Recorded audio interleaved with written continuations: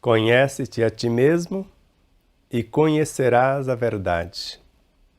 Assim afirmou Hermes Trismegistus. E conhecereis a verdade e ela vos libertará. Assim completou Jesus. O que é a verdade? Sabemos que a liberdade é a sua filha primogênita. Conforme está no Evangelho segundo o Espiritismo, a liberdade é filha da verdade. E hoje a temática é a verdadeira liberdade. A Aline Gonçalves é quem amorosamente nos conduz até vocês, espectadores, corações solidários e fraternos, empresas e emissoras parceiras, que são a causa do nosso existir. Eu sou Sebastião Camargo. Começa agora mais um programa, O Despertar da Consciência. O ensino universal dos Espíritos é sempre nosso instrumento para estudar, compreender e viver a lei, o Evangelho, em espírito verdadeiro. Então, conhece-te. Nem precisava falar o ti mesmo, porque já subentende. E conhecerás a verdade. Vimos no exame de consciência, nós, a alma, com o nosso intelecto, com os nossos valores, nus perante a nossa essência. A verdade, o que nós já compreendemos e vivenciamos da lei, como espíritos imortais. Porque a lei não se compreende estudando. Você pode ter a noção de como vivenciá-la, mas só é entendida quando colocada na ação. Aí você vai colher os resultados correspondentes à ação libertadora. Eu sempre costumo dizer, baseado em Miramês, que o livre-arbítrio é apenas um estágio onde se conhece o bem e o mal. Pensam que o mal existe. Ainda não conhece que há ausência do bem ou o bem mal compreendido. Quando se percebe que o bem de todos é o eterno princípio, que somente o bem existe, nós só temos liberdade para fazer somente o bem, não mais livre-arbítrio. Ficou claro? Jesus é o exemplo clássico disso. Eu só faço a vontade de meu Pai que está nos céus. Isso é liberdade de fazer somente o bem. Não sou eu quem faço as obras, ou quem faz as obras. É o Pai que as realiza por meu intermédio. Então, quando conhecemos essa verdade em nós, no si mesmo, em nossa essência, já não somos mais nós, com os nossos parcos conhecimentos que vivemos. Nós vivemos a partir daí comandados por essa verdade. É ela que nos intui a fazer o que é preciso ser feito. Somos unos com essa verdade.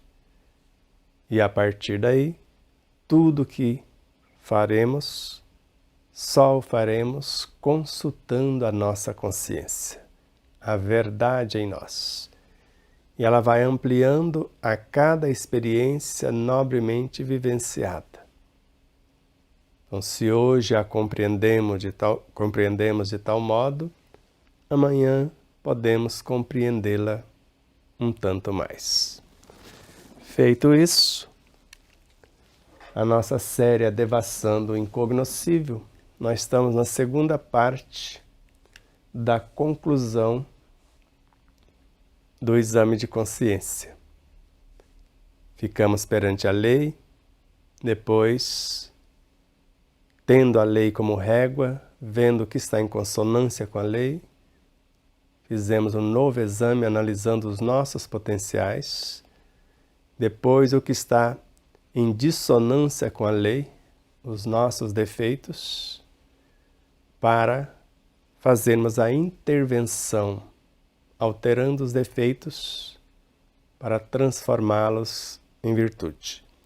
Ou o que está como anti-lei, voltando ao eixo central da lei que tudo rege. Então, devassando o incognoscível, e no monismo de Pietro Baldi, Deus é a criação.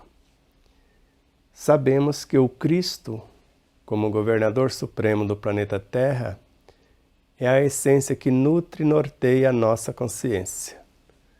E que Jesus, como expressão do Cristo, como um de seus mensageiros, é quem veio ter conosco para nos falar de sua existência, de seu Pai.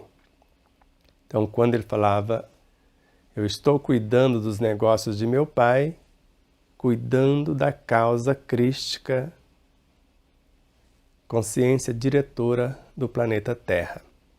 Nada impede de você imaginar que ele estava falando com o Deus cósmico. Isso não vai invalidar a situação. Assim, fica bem fácil você imaginar quando, na própria Bíblia, no Gênesis, façamos o homem à nossa imagem e semelhança. Quem, se Deus é só um? Se era ele que estava criando. Nós estamos vendo o homem terráqueo. E quem estava aqui? Uma falange de espíritos responsáveis pela governadoria do sistema solar, assessorando o próprio Cristo, responsável pela Terra.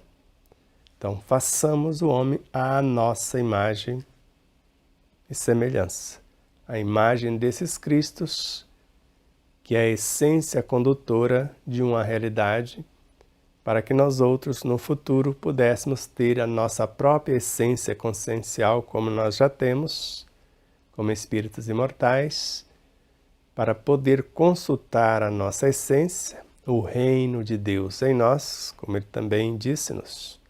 O reino dos céus está dentro de vós, quer dizer, a vossa construção, e sois deuses. Farão coisas maiores do que agora faço. Agora, para isso eu preciso encontrar esta verdade, esse Deus, esse Cristo internos. E o link, por intermédio deles, com Deus, com Cristo cósmicos. A voz que Pietro Baldi ouvia quando dialogava com essas potências era a voz da própria lei, a voz de Deus, do Deus interno ou do Deus cósmico, dependendo para onde dirigia o seu pensamento. Com a consciência crística interna ou com o Cristo planetário ou cósmico. Assim, hoje, 17ª parte, demos o nome de A Verdadeira Liberdade. E dentro dessa temática, que é a conclusão, parte 2, No final da outra etapa, ou da etapa anterior, terminamos analisando essas telas, fizemos uma pequena confusão, mas deu certo no final. O homem começa a perceber-se que, nos velhos métodos, deve haver algo errado, se os seus resultados são assim tão desastrosos. Tanto sofrimento, tanta dor. Então deve ter alguma coisa equivocada nesses métodos. E o homem quer descobrir o erro e corrigi-lo. O homem que está tomando ciência de si mesmo e adquirindo consciência da sua realidade. Trata-se então de localizar os erros para encontrar o modo de não mais os cometer e assim não arcar com o pagamento dos prejuízos correspondentes, causa e consequências. Ele quer descobrir o que está acontecendo, corrigindo os defeitos, corrigindo os equívocos, retornando à corrente da vida, à essência da lei, para libertar-se dos prejuízos, dos danos, dos desconfortos, desacertos, desatinos, enfermidades de variada monta.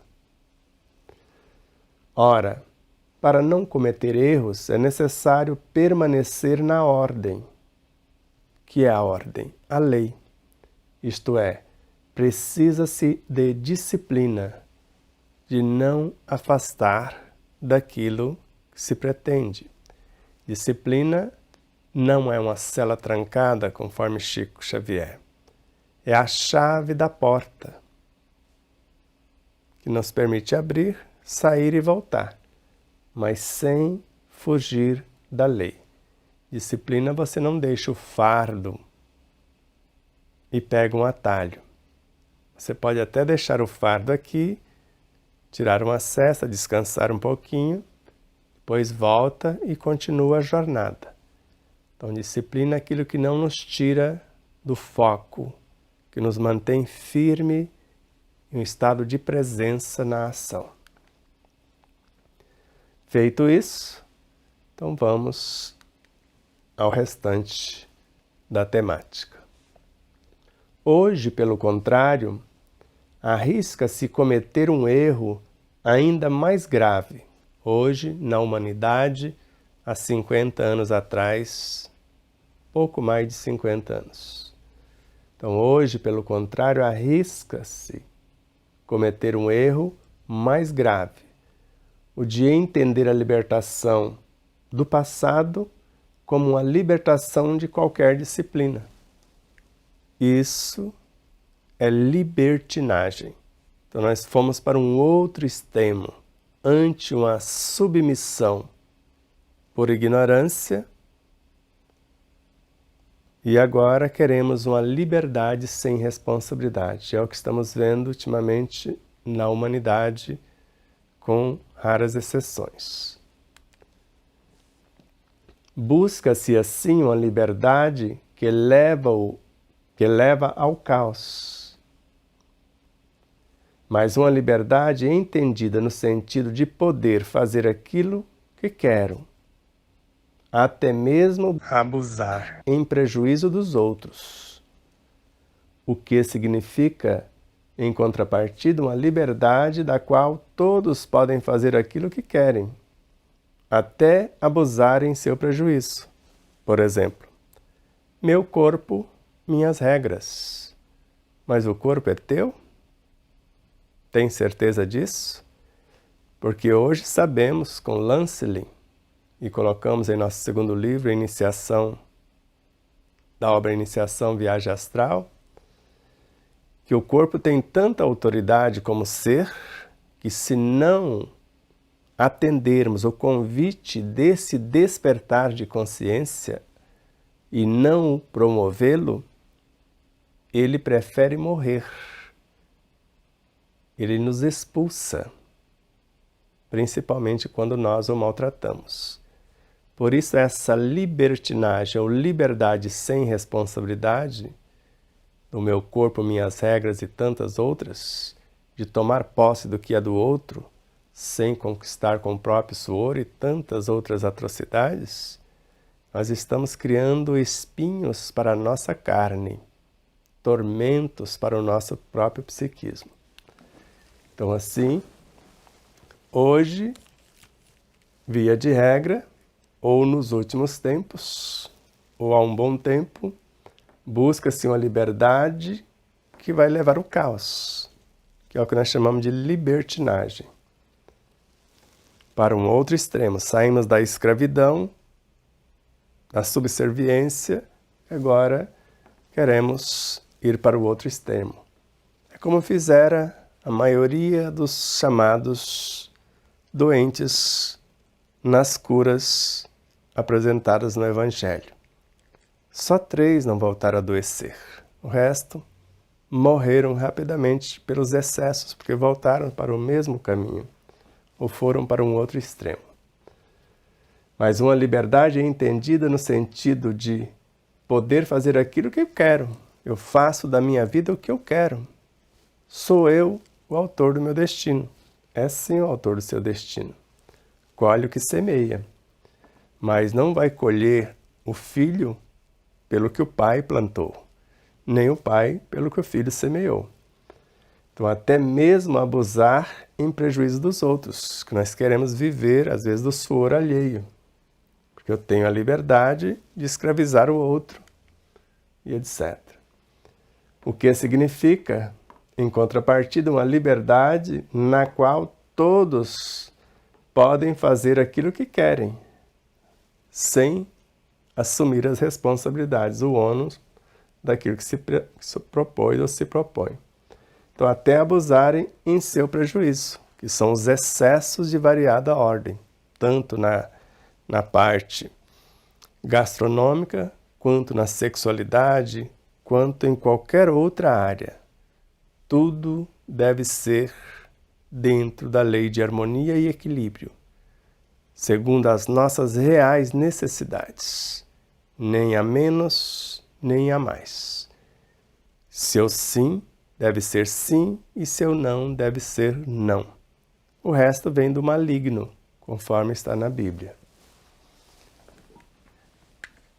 Então, a disciplina que parece sufocar a minha expansão vital é justamente minha única defesa contra o assalto da expansão vital dos outros.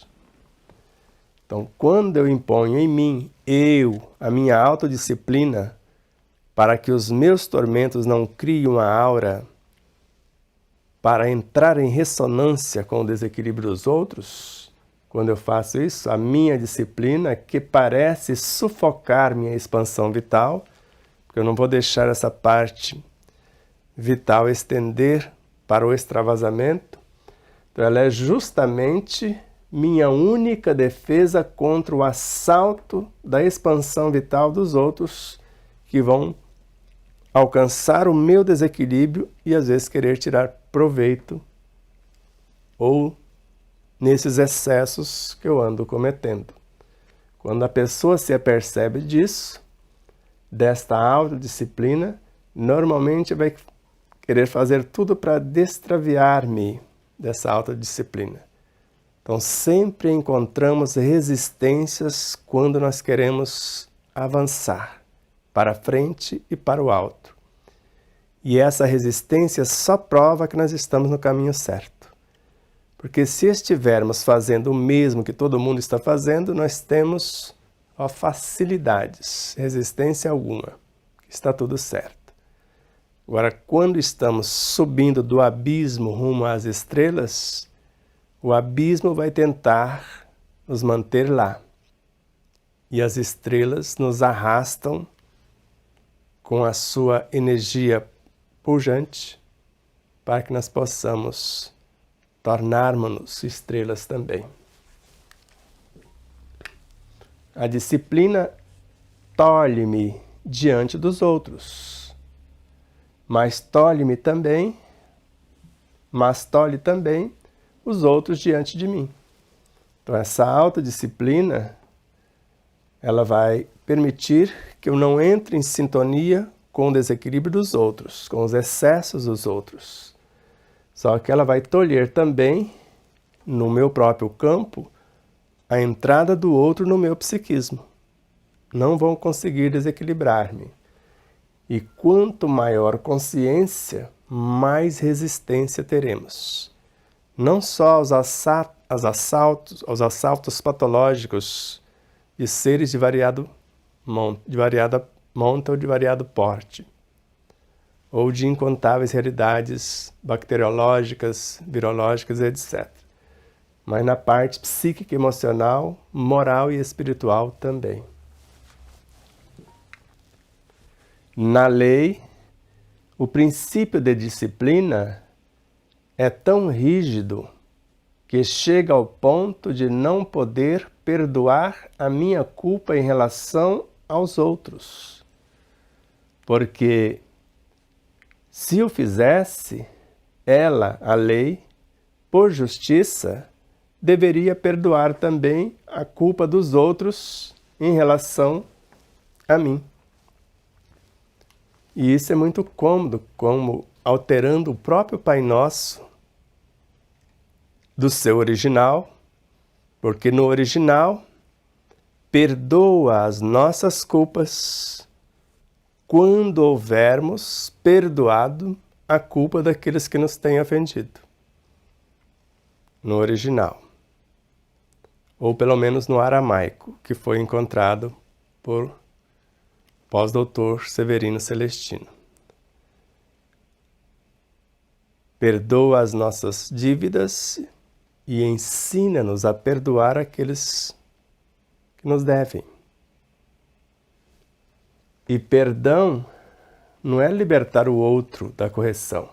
Veja, então a lei, em seu princípio de disciplina, é tão rígida que chega ao ponto, quando tomamos consciência, de não perdoar minha culpa em relação aos outros. Porque se perdoa a minha culpa, me isentou da responsabilidade das consequências. E se assim fosse feito, a lei, como justiça, deveria também perdoar os outros em relação a mim. Aí ninguém cresceria. Então, a cada situação, a responsabilidade consequente. No Código Penal da Vida Futura, da obra O Céu e o Inferno, de Allan Kardec, primeiro, eu me arrependo por tomada de consciência. Tomo ciência, adquiro consciência, arrependo. E agora? Vou sofrer as consequências do arrependimento, porque virá à tona os prejuízos. E baseado nas consequências que eu estou sentindo do ato cometido, agora eu começo a reparação em minha consciência para amenizar os meus tormentos. E, consequentemente, se causei prejuízo a outrem, tudo que eu faço no meu psiquismo, uma cota vai para ressarcir o psiquismo do outro, espiritual e moralmente. E o que foi prejuízo financeiro, material, é preciso devolver, no mínimo, 2 vezes, 4 vezes a mais, conforme foi o caso de Zaqueu. Então, a quem eu dei prejuízo, vou dar tantas vezes a mais do prejuízo lesado. Ou seja, o prejuízo com a correção consequente. Só assim ficaremos em paz. Não tem outro meio. Então, se eu lesei alguém por ignorância, Deus não estava de férias. A pessoa aparentemente lesada tinha débito com a lei. Ela estava apenas recebendo a consequência de seus atos. Se tem consciência disso, aproveita a situação, se recompõe, procura corrigir-se, porque a lei está te lembrando do ato. Se entende a situação como uma prova e não se revolta, cresce mais. Mas se vai para o campo da vingança, dizendo, por exemplo, eu não perdoo o que o fulano fez comigo. No Evangelho segundo o Espiritismo conta, se eu disser eu não perdoo, eu assinei a minha própria sentença. Porque perdoar a um amigo é dar prova de amizade. Ele vacilou. Dar a ele a oportunidade de correção. Perdoar ao inimigo é pedir perdão para si mesmo, porque o inimigo está cobrando alguma coisa e só chegou até a mim porque eu tenho culpa no cartório, como nós falamos no popular. Não existe falhas na lei. Assim, temos que repensar o nosso proceder, porque quando julgamos o comportamento alheio, condenamos a nós mesmos. Estamos nos preparando, criando as premissas para quando chegar a nossa vez de passar pela mesma situação, julgarmos a nós mesmos, porque nós seremos os juízes, a consciência, a nossa consciência e o tribunal. Isso formaria um regime de desordem sem segurança, se eu perdoo o outro sem correção, se ele me perdoa sem eu corrigir-me. Então isso formaria um regime de desordem sem segurança, no qual o abuso não é corrigido. E a vida tornar-se-ia a escola do mal impune.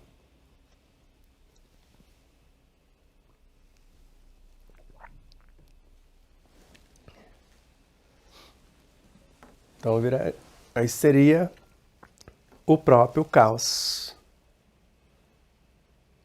Tudo bem, você estava nervoso. Sim, você estava nervoso. Você cometeu um prejuízo, você colocou fogo na minha casa.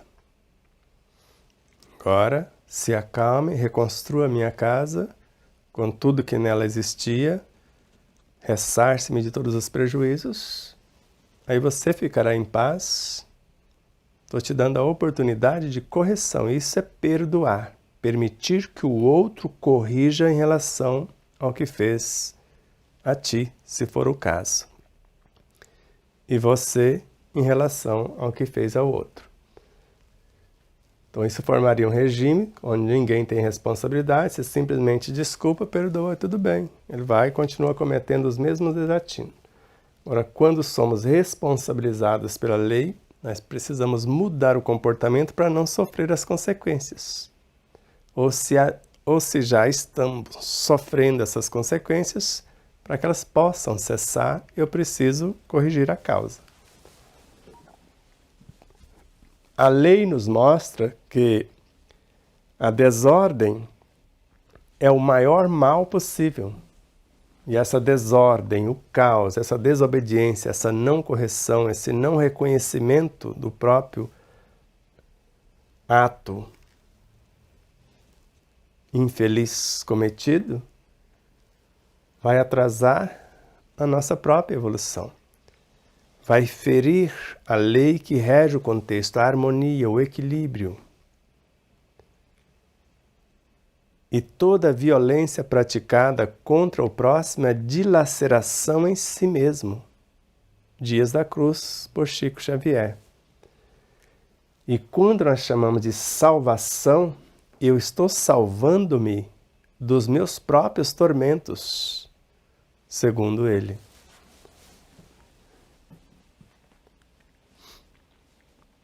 É certo, porém, que a evolução quer avançar em direção à liberdade, mas isso em outro sentido.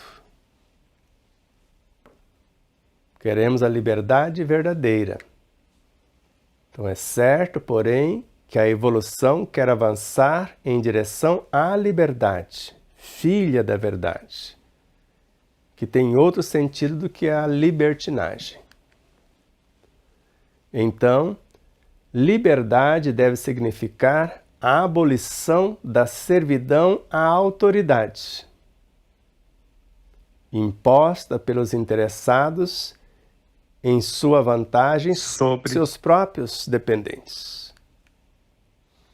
Mas, paralelamente, deve significar também a formação de um senso de responsabilidade pelo qual o homem se sujeita livremente a uma própria disciplina interior que lhe é imposta por si mesmo, fazendo-se assim o construtor e o senhor daquela ordem que antes devia acatar pela vontade dos outros. Agora o faz por consciência própria. Por isso, como cidadão consciente, eu não preciso que os governos, que ninguém lembre-me das minhas responsabilidades. Eu não preciso que as leis me imponham coisa alguma. Eu sei o que me cabe fazer. E faço para não ser penalizado pelas leis, ser impostas por ninguém. Numa empresa, eu sei o que eu fui contratado para fazer. Eu não preciso que o chefe me mande, que o patrão me lembre. Eu assinei um contrato. É questão de responsabilidade consciencial que eu faça mais do que fui contratado a fazer, se eu quiser aumento ou promoção. Porque se eu fizer aquém do prometido, eu estou pedindo demissão. Estou pedindo expulsão da empresa. Então essa liberdade real deve significar a abolição da servidão à autoridade. No caso das ditaduras e tudo, nós estamos vendo mundo afora. Então, imposta pelos interessados em sua vantagem sobre seus próprios dependentes. Marionetes ou a população, as massas sendo conduzidas como boiadas. Você toca o berrante, a boiada segue. E eu falo de experiência própria porque já fui boiadeiro, já fui retireiro, já cuidei do gado. Não fui lá bom de berrante, não. Mas sei o que significa. Então agora queremos uma liberdade com autodisciplina. Mas paralelamente, se eu não quero essa imposição, essas ditaduras, deve essa liberdade significar a formação de um senso de responsabilidade pessoal. O que me cabe fazer para não ser um peso morto para a sociedade? Se eu quero direito, primeiro eu cumpro os meus deveres. Então, pelo qual, por esse senso, o homem se sujeita livremente a uma própria disciplina interior, que nós chamamos de autodisciplina, que é imposta por si mesmo, pela lei que está gravada em sua consciência, lei de amor, justiça e caridade. Amor que compreende, justiça que corrige, caridade que salva dos próprios tormentos. Fazendo-se assim o construtor e o senhor daquela ordem que antes devia acatar pela vontade dos outros. Agora eu faço por liberdade, por vontade própria, por saber que é o certo fazer. Isso não me pesa. É o que nós falamos. Quem trabalha com o Cristo, ou quem ama o que faz, não trabalha. É lazer. Porque está fazendo o que a consciência determina, o que a lei determina, e isso nos plenifica. Essa é a verdadeira plenificação, plenificar-se na ação. Assim, a minha consciência fica em paz, à luz dos deveres fielmente cumpridos, sem imposição, por vontade própria, por consciência lúcida. Só assim se pode obter a liberdade hoje tão cobiçada sem cair no caos da libertinagem. O maior perigo que ameaça quem inconsideravelmente hoje procura uma liberdade abuso, em vez de uma liberdade feita de disciplina e responsabilidade. E quem está indo para essa liberdade, abuso, a liberdade, libertinagem, de tomar posse do que é do outro, de querer direitos sem cumprimento de deveres, de invadir o espaço alheio, de viver do suor alheio e assim por diante, normalmente esses seres vão passar por ditaduras, como nós estamos vendo aí países com mais de 60 anos em estados deploráveis, por ter usado mal a liberdade. Aí, por esses carrascos, esses seres que são instrumentos da lei, passam por esses estágios até conquistarem a autodisciplina, viver à luz da verdade, que vocês vão ver o poder que isso tem e o quanto isso nos enriquece e o quanto isso nos protege. Você vai se encorajar e desejar fazer também, como nós estamos nos esforçando ao extremo para fazer. Vejamos. Infelizmente, porém, ainda hoje domina o velho conceito pelo qual a liberdade é entendida como libertação de um estado de servidão. Por isso, o nosso país ainda não conseguiu a liberdade, por não querermos a responsabilidade consequente, sem estar ainda consolidado o novo conceito de liberdade com autodisciplina segundo a lei. A proposta foi feita: Deus, Cristo e caridade.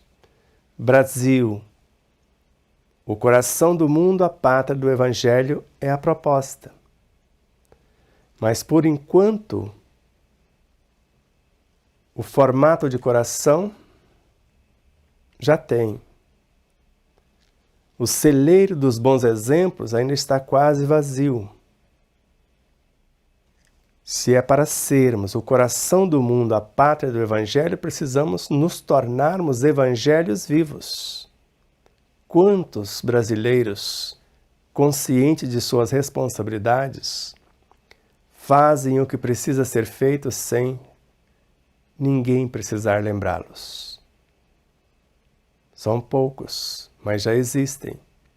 E precisa ser a maioria para conseguir essa liberdade, pelo menos 2/3. Senão, nós vamos ficar nesta morosidade. Queremos que aconteça amanhã, e é uma luta constante de autodisciplina e de buscar, nos movimentos organizados, disciplinados, harmônicos, a nossa manifestação perante as injustiças, mas sendo justos por nossa vez. Antes de sermos santos, sejamos justos, conforme recomenda o Evangelho. Mas, infelizmente, porém, ainda hoje domina o velho conceito de liberdade, que é entendida como libertação de um estado de servidão. Queremos a liberdade de viver a nossa vida sem responsabilidade, às custas da vida alheia, sem estar ainda consolidada com um novo conceito de autodisciplina. Liberdade com autodisciplina, à luz da própria consciência desperta, segundo a lei que rege essa consciência, que em nosso caso é o Cristo, o Deus em nós. O que nós já construímos com nossas ações, mediante as diretrizes que alguém nos conduziu para construí-las. No nosso caso, diretamente, Jesus, o Cristo. Nós existimos neles. Eles como faróis, como âncoras, nós como fragmentos dessas potestades.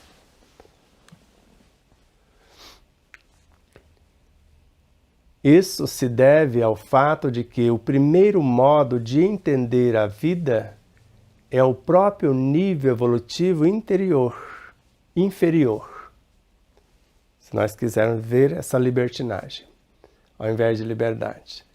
no qual vigora o princípio da luta pela vida, hoje pelo poder, pela ganância, por intermédio da corrupção. E o homem ainda está, em parte, nesse nível, mundo afora. Enquanto o segundo modo é o próprio nível evolutivo mais alto, que precisamos alcançar pelo menos 2/3 da humanidade, no qual vigora o princípio da ordem da lei. Nível que só hoje o homem está prestes a atingir. E olha que já passou mais de meio século. E ainda não atingimos. Senão o planeta já estaria liberto. Então isso se deve ao fato de que o primeiro modo de entender a vida é o próprio nível evolutivo inferior. Então a criatura entende, meu corpo, minhas regras, eu faço da minha vida o que eu quiser, vivo da maneira que eu quiser, me acho vítima da sociedade, me acho no direito de tomar posse do que não é meu e assim por diante. A ganância pelo poder, pelo ouro, não medindo as consequências, então no qual esse mecanismo vigora o princípio da luta pela vida. Eu quero sobreviver às custas do suor alheio, se for o caso. Então o homem ainda está em parte nesse nível. Por isso as guerras, as ditaduras e tudo mais. Então, enquanto, segundo caso, o modo é próprio do nível evolutivo mais alto, a parte moral e espiritual, o ser de consciência desperta, no qual vigora o princípio da ordem da lei. Eu só faço a vontade do meu Pai que está nos céus. Fazei a outro que gostaria que me fizesse. Lei de solidariedade e fraternidade universais. Nível que só hoje o homem está prestes a atingir. Estamos a caminho, mas está indo muito lento ainda.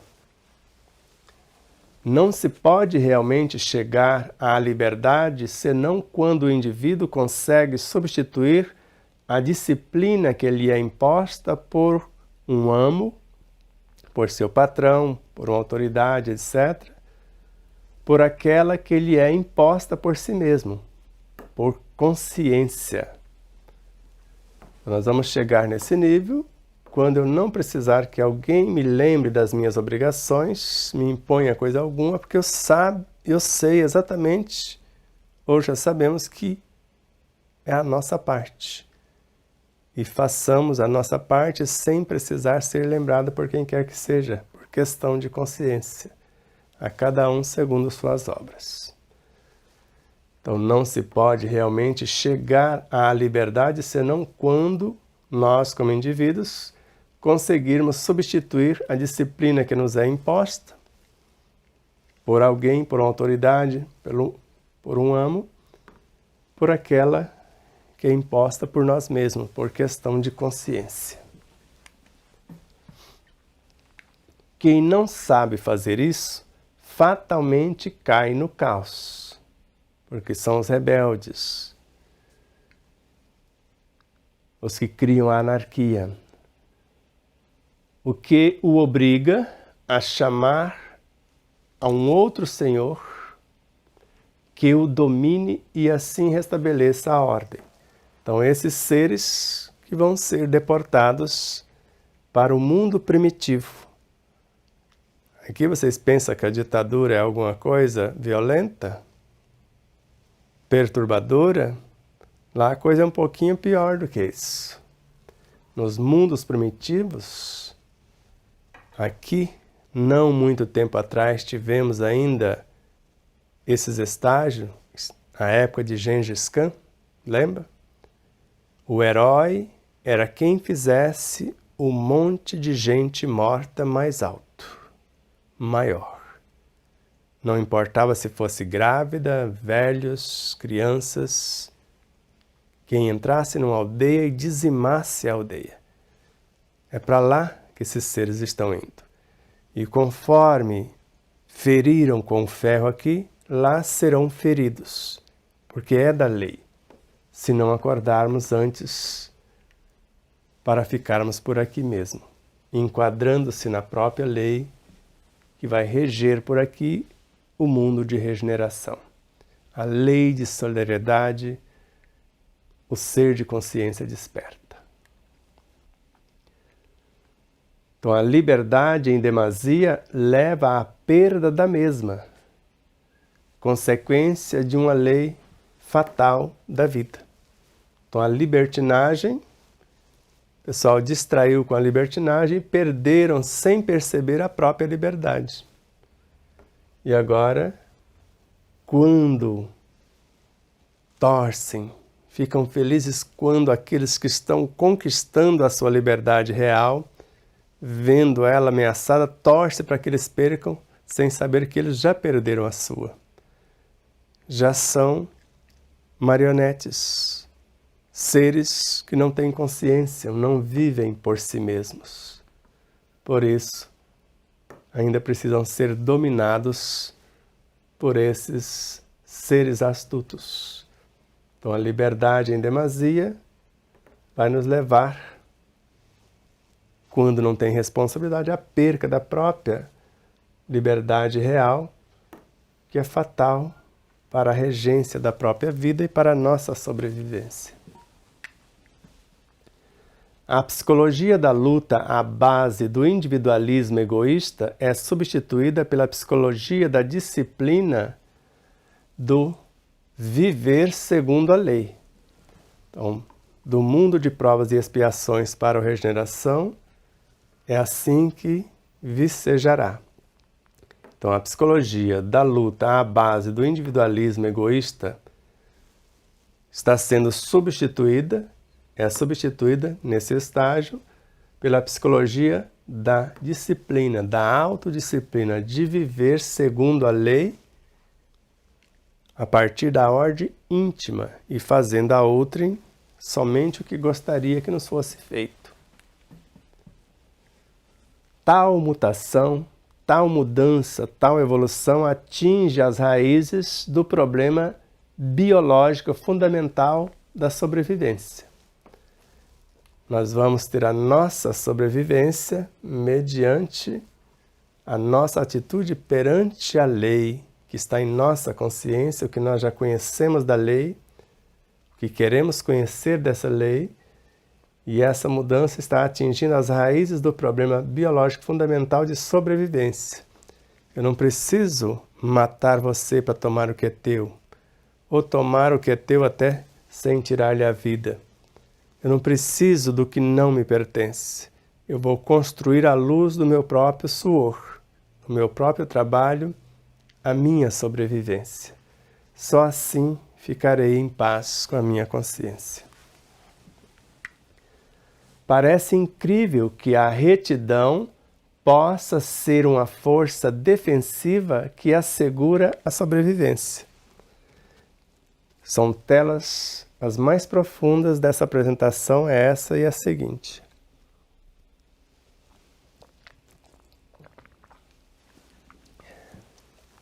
Veja, parece incrível que a retidão, viver segundo a lei, segundo a ordem, a autodisciplina, possa ser uma força defensiva que assegura a sobrevivência. Quer dizer, vai me proteger de todos os ataques dos detratores, dos que vivem à margem da lei. Vejamos. É assim que o homem justo se torna invulnerável aos ataques inimigos, porque não pode ser ferido se não o merece, só se ele tiver matrizes, defeitos, que não estão sendo corrigidos, porque se tiver os defeitos e estão sendo corrigidos lucidamente, ainda assim não o atingem. Voltando aqui de carreirinha, parece incrível que a retidão possa ser uma força defensiva que assegura a sobrevivência, a vida digna.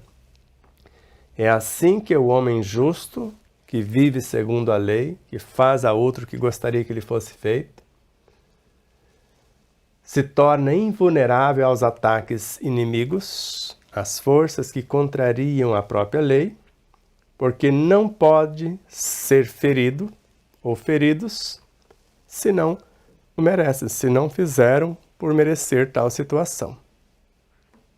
Por isso, reconhece-se o verdadeiro espírita pelo esforço que ele faz para domar suas más inclinações, para ser hoje melhor do que ontem e amanhã melhor do que hoje.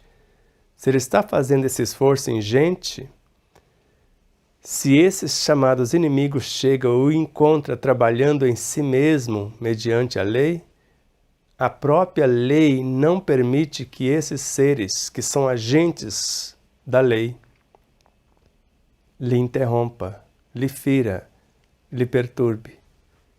Então agora já sabe a vacina, porque pior do que os obsessores são as nossas más inclinações. São elas que os atraem. Se eu estou corrigindo as más inclinações, antes tinha frequência, agora mesmo que eles se acheguem, já não tem mais as portas abertas, já estão fechadas. Vive-se então uma vida baseada sobre outros princípios. O princípio da lei, da ordem, da vida em plenitude. Compreende-se quanto era errado o método do passado. Então, a cada esquina, o chamado inimigo me espreitando. Na vingança, na maldade, na mentira, na maledicência, o que você possa imaginar. Então, vive-se então uma vida baseada sobre outros princípios, fazer a outrem o que gostaria que lhe fosse feito. Eu sou autor de minha realidade, sou livre para semear e obrigado a colher o que foi semeado. Então, compreende-se quanto era errado o método do passado, de ser libertino, irresponsável, indisciplinado, vivendo na contramão, que nós chamamos de anti-lei. Hoje, o jogo psicológico do subconsciente, ao qual se obedecia, foi desmontado. Tudo é submetido ao controle racional. Distingue-se o que se conhece do que desconhece, porque quando se sabe, sabe-se de verdade e não se fica mais no mundo da fantasia. Então estamos avançando espiritualmente e moralmente. Então hoje o jogo psicológico do subconsciente, o qual se obedecia, foi desmontado. Ele é que comandava, e às vezes comanda para a maioria, o próprio comportamento, a própria sobrevivência. É o agente que defende essa sobrevivência. Só que tem que ser dentro de uma harmonia. Ele pode continuar nos ajudando, só que quem comanda sou eu.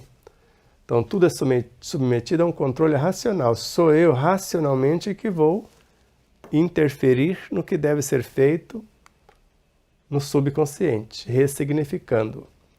Então distingue-se o que se conhece do que se desconhece. Porque quando se sabe de verdade, quando sabe ler o livro oculto em si, conhece a lei, a sua trajetória, sabe-se de verdade. Conheceu si mesmo, conheceu a verdade. Então o livro oculto que está em nós, que afirma o que já fomos, como viemos, o que seremos, ensina que nós nos construímos através dos milênios. E não significa mais, e não fica mais no mundo da fantasia, da ilusão, de liberdade sem responsabilidade, de direitos sem deveres e assim por diante. Sabe que é a cada um conforme o seu esforço pessoal. Que o filho não colhe o que o pai semeou, nem o filho, nem o pai, as responsabilidades do desatino dos próprios filhos. O amadurecimento é vertiginoso. O salto é arriscado. Trata-se de uma mudança evolutiva para uma civilização mais alta, mas somos otimistas. O movimento é revolucionário, mas se a vida o lança, isso é porque ele é destinado à realização. Se ela, a vida, propôs hoje e não antes este trabalho, isso quer dizer que ele lhe serve e que é possível executá-lo. Então, um amadurecimento psicológico e espiritual é vertiginoso. Ele segue uma sequência para frente e para o alto, queiramos ou não. O salto é arriscado, o salto quântico ou pegar atalho. O amadurecimento é vertiginoso, eu vou. Mas sem atalho, sem desrespeito às leis. Então, trata-se de uma mudança evolutiva para uma civilização mais consciente, mais alta, mais responsável, solidária, fraterna. E ele narra, por sua vez, mas somos otimistas, se isso acontecerá. O movimento é revolucionário, porque é uma revolução que está acontecendo, a revolução moral e espiritual. Mas se a vida o lança, se a vida lançou como propósito, isso é porque esse movimento revolucionário é destinado à realização. É uma fatalidade. Se ela, a vida, propôs hoje, nesse século, e não no outro, e não antes, esse trabalho, isso quer dizer que ele lhe serve e que é possível executá-lo hoje, agora. Então, se ele trouxe essa profecia nos anos 70 do século passado, nós já estamos mais de meio século depois, então agora começa a se cumprir mais amplamente em nosso cenário.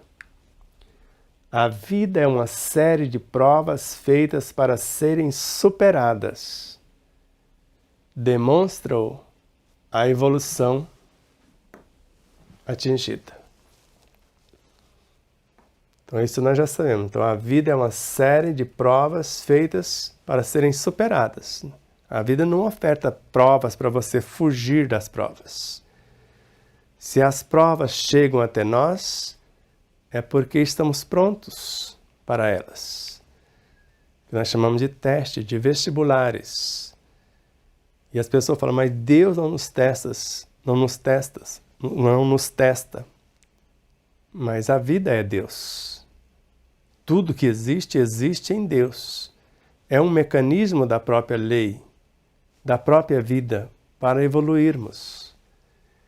Então é uma série de provas feitas para serem superadas. Então está aqui a prova.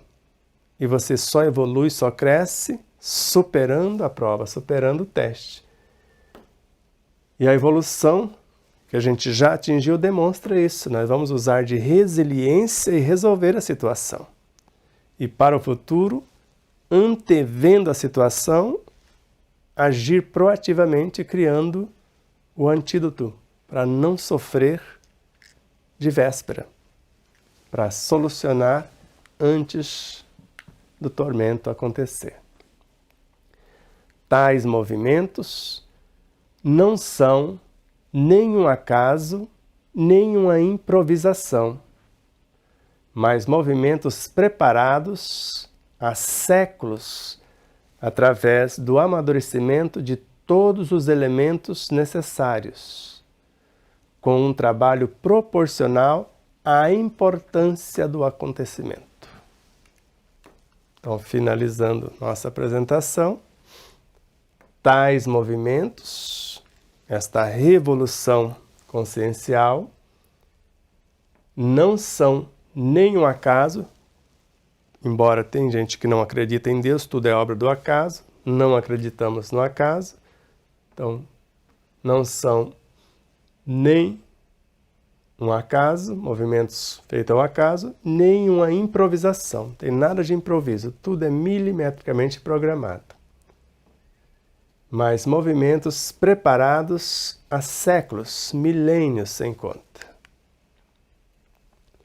Desse amadurecimento de todos os elementos necessários para que no contexto possa acontecer, com um trabalho proporcional à importância do acontecimento, que agora é a transição de um mundo de provas e expiações para o mundo de regeneração, no qual, se já temos consciência do que estamos fazendo neste mundo de regeneração, estamos regenerando-nos na ação, nós vamos colher agora os frutos de nossa regeneração, não mais as consequências de nossos tormentos como expiações por intermédio das provas.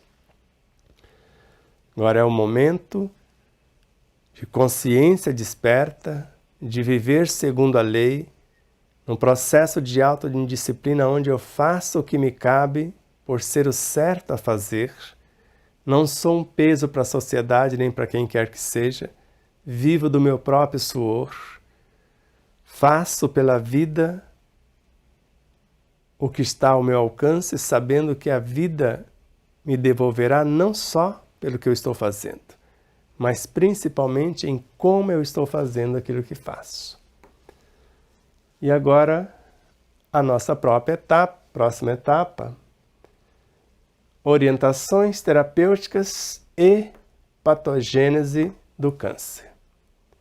Eu tinha até mencionado que era orientações terapeutas EA, não é EA. E patogênese, vamos falar alguma coisa de patogênese do câncer. Não querer esgotar o assunto, que seria falasse orientações terapêuticas e a patogênese do câncer, é como se a gente tivesse a obrigação de esgotar o assunto, e não é assim. Então, alguma coisa sobre orientações terapêuticas e falar da patogênese do câncer. E as orientações terapêuticas é para solucioná-las. Nenhum problema pode ser verdadeiramente resolvido se não partirmos de sua orientação cósmica, que o enquadre em relação ao funcionamento orgânico do todo. Vocês podem perceber que, mesmo sendo em obras diferentes, lá pensamentos, aqui problemas atuais. É como se fosse uma sequência, embora esta veio primeiro.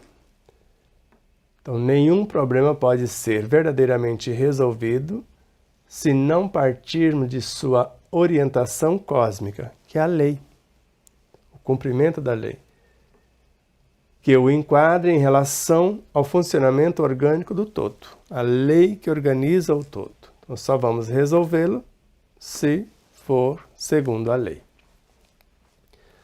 Tudo é ligado no universo. Portanto, não é de estranhar que possamos achar as causas remotas dos estados patológicos em crescimento, nas condições espirituais do mundo de hoje. O desrespeito às leis, os excessos de variada ordem, meu corpo, minhas leis. O dia da guloseima e tudo mais que nós achamos, não é uma vez por semana, quer dizer, uma vez por semana eu enveneno o meu organismo, aí eu vou a semana inteira para desintoxicá-lo, aí enveneno outra vez, se é assim, a gente precisa repensar o nosso comportamento. Para manter o estado de saúde é necessário que todo o mecanismo físico-espiritual do nosso composto humano funcione em harmonia com os princípios das leis que regulam a vida. Leis de equilíbrio, leis de harmonia. Se eu quero sarar as causas, se eu quero que desapareçam os efeitos. Ficou claro? Ficou entendido? Foi um pouquinho mais célere hoje, mas creio que ficou claro a ideia e espero que tenha contribuído um tanto mais para a iluminação com o saber e para a libertação por intermédio da vivência deste saber. Não se esqueça do nosso compromisso amanhã, às 20 horas, mais uma etapa de meditação à luz do dia. O último episódio da segunda parte da segunda temporada de meditação à luz do dia. E ao mesmo tempo, mais um episódio da quinta temporada de Exemplos Não Nos Faltam, na quarta-feira, feito especialmente para vocês. Sem esquecer que na quinta-feira temos mais uma etapa de estudos e assim como na sexta-feira às 20 horas, sábado às 20 horas e tudo mais. Você já adquiriu um dos exemplares de nossos livros? Quer nos convidar para palestrar? 11 97444 0770 é o nosso WhatsApp para você agendar uma palestra ou para aquisição dos livros. E falar com Neuza Leal. Desde já agradecemos. Na sexta-feira próxima, será exibido mais uma etapa que foi feita lá em São Luís do Maranhão, no Centro Espírita Poço de Jacó. Foi um workshop ao despertar da consciência. Um diálogo com os sentimentos. Então vale a pena, na sexta-feira. E no sábado, uma palestra que foi realizada no Centro Espírita Amor e Caridade em Aparecida do Oeste. E o tema, o amor em excelência. Na terça-feira próxima, é uma reprise do que acontece no canal Tempo de Despertar o Ser, todos os domingos pela manhã. Hoje não participamos, porque estamos num ciclo de palestra. Mas no próximo domingo estaremos juntos. E às 21 horas, no canal Programa Espiritismo e Vida, com Davi Ascenso, a reprise do 23º programa que acontece nos domingos. Ele pegou lá no início da série e está reprisando todos os programas do Ensino Universal dos Espíritos. Então, às 21 horas. Então, entre no canal Tempo de Despertar o Ser, Programa Espiritismo e Vida, o Ser Integral com o Dr. Jonas Moura, Tempo de Despertar o Ser com Adriana Rocha, Programa Espiritismo e Vida com Davi Ascenso. E assim como em nosso canal Despertar da Consciência, inscrevam-se, se já não estão inscritos, curtam, compartilhem, comente os nossos vídeos, ajude-nos a crescer, acompanhe-nos em nossas demais redes sociais, no Spotify, no iPhone Podcast, no YouTube Music, no Telegram, no Facebook, no Instagram e etc. O nosso próximo estudo no Telegram será dia 5 de outubro. Não faremos no último final de semana de setembro, no último sábado de setembro, que estaremos em palestras. Ciclo de palestras na Grande São Paulo, Rio de Janeiro, etc. Então, ficou para dia 5 de outubro. Então, nós estaremos às 17h30 estudando juntos. E o tema ainda, se a princípio a ideia não é absurda, então não há esperanças para ela. E estamos na página 251, indo para 253, parágrafo a parágrafo. dissecando esta realidade.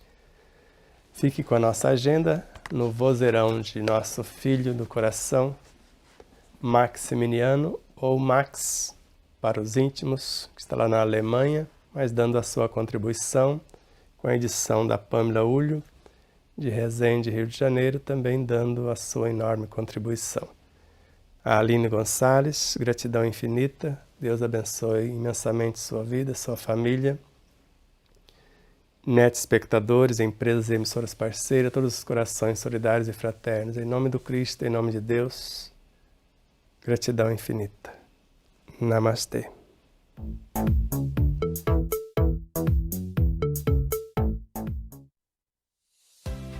Palestras presenciais com Sebastião Camargo. Domingo, dia 8 de setembro de 2024, às 20 horas. Onde? Palmeira do Oeste, São Paulo. Grupo Espírita Beneficente Maria de Nazaré. Endereço: Avenida Catanduva, do número 41 ao 112. Coab, São José Dias. Tema: Dever e Caridade. Responsável: Cidinha Ávila. Segunda-feira, dia 9 de setembro, às 20 horas. Pereira Barreto, São Paulo. Grupo Kardecista Espírita Cristão. Endereço: Rua Ari Dornelas Carneiro, número 1720. Tema: A caridade é a alma do Espiritismo. Responsável: Cida Benevenuto. Terça-feira, dia 10 de setembro de 2024, às 20 horas. Onde? Sudmenuce, São Paulo. Local: Centro Espírita André Luiz, Rua Cláudio Luiz de Castilho, número 533. Tema: Como ser um médico de si mesmo. Responsável: Silene.